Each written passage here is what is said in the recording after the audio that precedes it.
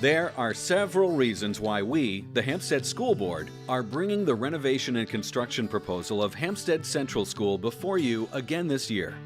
They are because the same conditions and needs still exist. In a year's time, some have become even more of a concern, especially as it relates to the safety and security of our children. Because it's our job. By law and by policy, it's our responsibility to do whatever possible to provide high-quality education in school buildings that are conducive to learning and free of health and safety risks.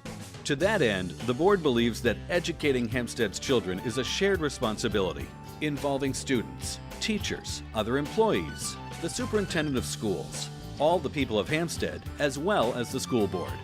We are bringing back the same project as last year.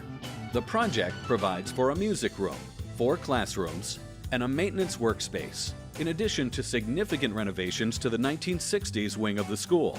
There are also funds to provide sprinkler systems throughout the school building. The need still exists, and it is increasingly becoming more of a priority. This slideshow will present pictures of the facilities inside and outside the school, and explanations as to why this renovation project is a need and not a want. In the 1960s, there was an 8-room addition, and there were portable classrooms added in 1994, 1999, and 2000. Unfortunately, these investments now have costs that are problematic. These problems will be addressed in this presentation. In the 1960s wing, there are 8 classrooms. 4 rooms used for grade 3 are close to the standard of 900 square feet. The other 4 rooms are used for kindergarten. These rooms do not meet the 1,000 square foot requirement for kindergarten classes. If we look at the historical enrollment for the Hampstead Central School, we see that enrollment peaked in 2007 to 2008 at 498 pupils. From 2006 to 7 to 2015 to 16, enrollment has decreased by 63 pupils from 494 to 431. As we move toward the projected future, the enrollment is leveling out at Hampstead Central School, showing stable numbers. We can see over the next 5 years that Hampstead Central School's enrollment is projected to increase by 15 students, and Hampstead Central School will see a 5-year average of 432 children who we currently serve. This renovation and construction project will allow us to maintain all instructional services based upon Hampstead's current needs. It will allow us to move our current instructional spaces out of the portables, which were meant to be temporary, into a secure portion of the school. This renovation and construction project is meant to replace temporary instructional space, not add additional rooms. Hampstead Policy IIB sets the standards for the number of students in each classroom. Hampstead has always prided itself on the ability to offer class sizes below the state standards. Smaller classroom sizes assist in more personalized learning for each child. Please note the policy refers to the state's minimum standards found in Ed 306.17. The Hampstead policy is research-based and defined as best practice that is common in many southern New Hampshire elementary schools. We believe our students perform as well as they do in part because of the student-teacher ratio and that the parent community over the years has never been willing to increase the numbers. And so we do not wish to do so now.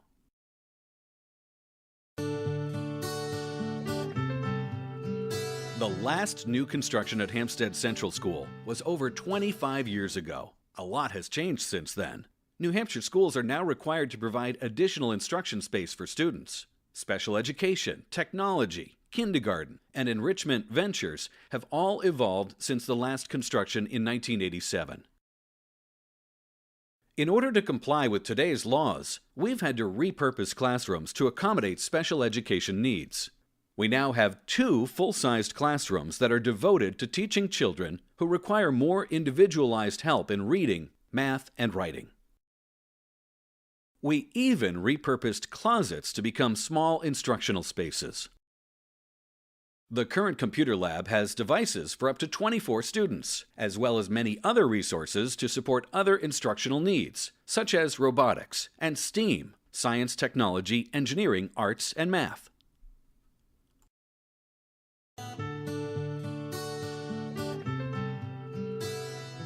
During the years of 2006 to 2010, there were 5 classes placed in the portables and special education instructional and therapy spaces were very limited in the school building. Currently in the portables, we house 2 fourth-grade classrooms, a music classroom, a classroom for the Ventures program, special education therapy spaces, and a space for the maintenance department to work on repairs and projects. Hampstead Central students in a portable must go outside, then into the core building for a variety of typical school day routines, such as lunch, unified arts, special education, library, office, and the biggest concern of all, a bathroom break. This leaves the students vulnerable to weather, as well as their physical safety during this increasingly more threatening age in which we live. If for no other reason, the proposed addition needs to be built so that all children are under one roof and are being protected and safeguarded in the same manner. To do any less would be irresponsible. The portables are beyond their end of life, which is typically 15 to 20 years. Our newest portable is in its 16th year, and our oldest is in its 22nd year of use at HCS. Over the last 3 years, it has cost Hampstead taxpayers $131,930 in major repairs, including roofing, flooring, ramps, HVAC replacements, and the list goes on. Next year, the plan is to replace the roofs for an additional $24,000. At the end of the day, the portables will be wheeled away, taking taxpayers' dollars with them. On the other hand, the addition will be ours forever, and a permanent addition to be shared with Hampstead's residents. The 1960s wing was built with uninsulated concrete masonry walls. The walls are extremely inefficient in very hot or very cold weather. The roof has leaked and needed repair. The windows in this area are not energy efficient by today's standards, and there is no sprinkler system in this area or any other part of the building. The plan is to increase the R value of the concrete masonry walls and to replace the windows. There will be a new energy-efficient mechanical system and a sprinkler system installed. So, what will the addition look like? In a nutshell, the addition will replace the portables and enclose the school. More specifically, the building project will add an additional 4 classrooms, a new music room, and a maintenance workshop. The project will also include renovations to the 1960s wing to reduce safety risks and provide energy efficiency by upgrading the infrastructure. These conceptual drawings and plans from Breadloaf Architects are the same as those presented in 2015. On the upper end, the new construction includes 4 1,000-plus square foot classrooms with bathrooms in blue. This will enable us to use them for kindergarten or first grade. The hallway will help connect this side of the building to the music room, cafeteria area, and outside stairwell. Under the elevated slope, there is room for a small maintenance workshop and stairwell, and hallway which connects to a music room large enough to be able to combine both general music and choral programs at 1,190 square feet. It will connect to the cafeteria and allow for a staging area for community performances, as well as a sound-insulated area away from other classrooms. New insulated panels and windows will be added to the south end of the 1960s wing. The cost of this project will be paid by a 10-year bond that will be at a low interest rate of 2.549%. As estimated by Breadloaf Architects, the cost of the principal over the 10 years is $4,590,786. The interest payments over 10 years add an additional $652,828.14. The total 10-year cost to the taxpayers is $5,243,614.14. The cost of the first year's interest that will need to be raised and appropriated is $68,613.12. This equates to 7 cents on the tax rate or $21 on a home with an assessed value of $300,000. Additional years' principal and interest schedule shows that the tax rate will be affected by the range of 45 to 56 cents over the course of the next 10 years. The construction estimates from Breadloaf Architects has increased from last year by about $400,000. However, the anticipated interest rates this year are lower than last year's, so some of this increase will be mitigated by the lower interest rates. Compared to last year, the total amount of the project has increased $237,326.70. We are very fortunate that interest rates are projected to be lower than last year.